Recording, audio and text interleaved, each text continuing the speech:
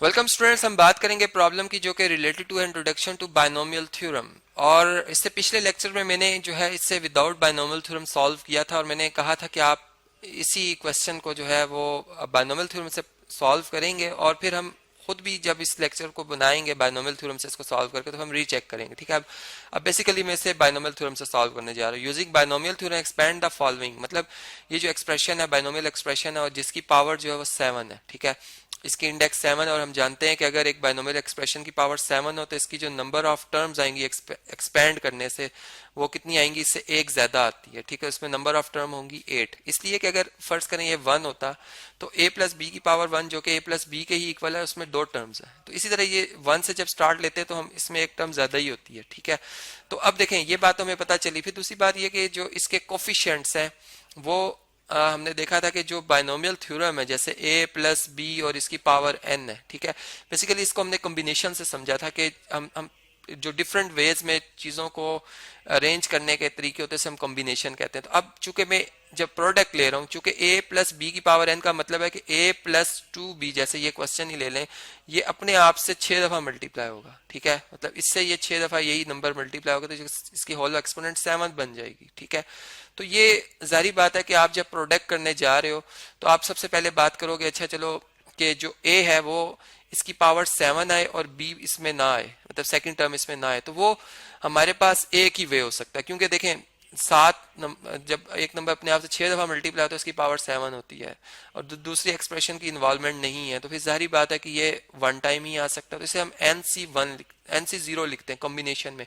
1 भी लिख सकते हैं लेकिन हम इसको हम जो है वो सॉरी इसको हम मतलब NC भी लिख सकते हैं। ठीक है, NC भी लिख सकते हैं और NC0 भी लिख सकते हैं, दोनों में 1 ही आंसर आता है।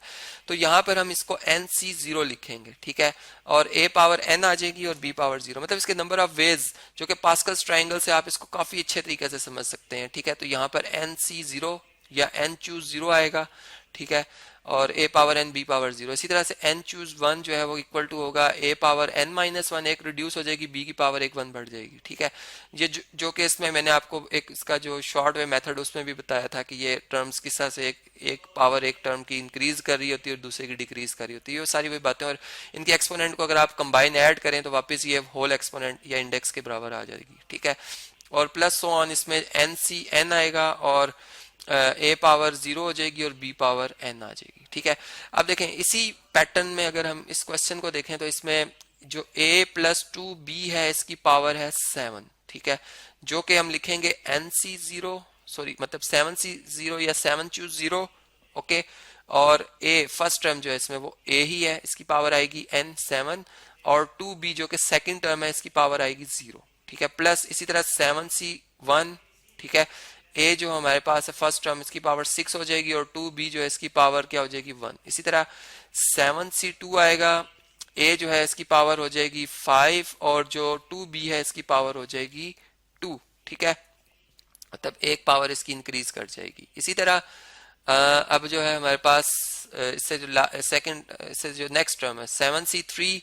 ठीक है, a पावर आ जाएगी 6 सॉरी एक कम करनी थी जी, a पावर आ जाएगी 5 और जो 2b है इसकी पावर हो जाएगी 3। इसी तरह 7C4 इसमें a की पावर आ जाएगी 4 और 2b जो है इसकी पावर क्या हो जाएगी जी, इसकी पावर हो जाएगी सॉरी इसकी पावर यहाँ पे मैंने कुछ गलत लिखा है, इसको 5 नहीं लिखना चाहिए था, मुझे इसको 4 लिखना चाहिए था। ठीक है, ये 4 यहाँ पर हम 4 लिखते हैं ऐसे। देखें इनकी पावर अगर कंबाइन करें तो ये 7 बनना चाहिए। अब यहाँ पे 3 आएगी और इसकी पावर होगी 4। ठीक है, अब देखें ये 3 और 4 ऐड होकर 7 बनना चाहिए, जैसा मैं पहले भी कहा था 7C5। अब इसमें a की पावर होगी 2 और 2b की पावर होगी कितनी जी 5। ठीक है, इसी तरह 7C6। ठीक है, a पावर होगी 1 और 2b पावर जो है वो हो जाएगी कितनी 6। इसी तरह 7C7। ठीक है, a पावर आ जाएगी 0 और जो 2b है इसकी पावर आ जाएगी 7, मैक्सिमम मतलब जो पावर है। अब देखें इसको अगर अब हम सिंप्लीफाई करें तो जो कॉम्बिनेशन है इसका फार्मूला आप जानते हैं कि अगर हमारे पास NCR लिखा हो, n नंबर ऑफ ऑब्जेक्ट्स है, r नंबर ऑफ स्पेसिस है, तो ये होता है n factorial over r factorial multiply by n minus r factorial. ठीक है, तो अब इसी फार्मूला को अगर मैं यहाँ पर यूज करूं, ठीक है, तो मैं जानता हूँ 7c0 जो है वो 1 के इक्वल है, ठीक है, ये 1 के इक्वल होता है। तो ये हमारे पास जो, चलें इस फार्मूला को मैं यहाँ से रेज कर देता हूँ, ये हमारे लिए प्रॉब्लम क्रिएट करेगा, ठीक है, इसको हम यहाँ से उठा देते हैं। देखें अब यहाँ पर हमारे पास जो है जो फर्स्ट टर्म आएगी वो क्या आएगी, 7c0 7 के इक्वल है, a पावर 7 है, और 2b पावर 0 1 के इक्वल है। तो ये प्रोडक्ट हमारे पास 7 a पावर 7 आएगा, ठीक है जी, ये फर्स्ट टर्म आ गई। प्लस अब 7c1 जो होता है वो 7 के इक्वल होता है, और 2b1 जो है वो 2b के इक्वल, 7 इंटू 2 14 आ जाएगा, 14 a पावर 6 और b पावर 1, ठीक है।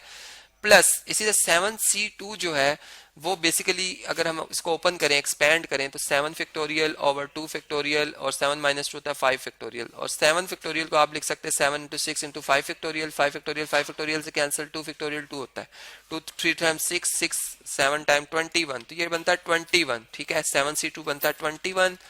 और इसको अगर आप 2 पावर 4 2 पावर 2 जो 4 होता है, तो 21 4 से मल्टीप्लाई होता है 84 बनेगा, a पावर 5 b पावर 2, ठीक है। इसी तरीके से 7c3 जो है ये हमारे पास जो नंबर आता है ये 35 आता है, ठीक है।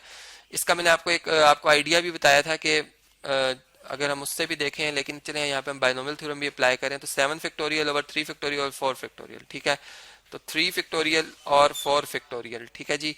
तो ये बन जाएगा 7 इंटू मतलब 6 इंटू 5 इंटू 4, 4 से कैंसिल हो जाएगा, फैक्टोरियल 3 फैक्टोरियल 6 होता है, और ये 35 ही बनता है, ठीक है, जो मैं अभी आपको बता रहा था।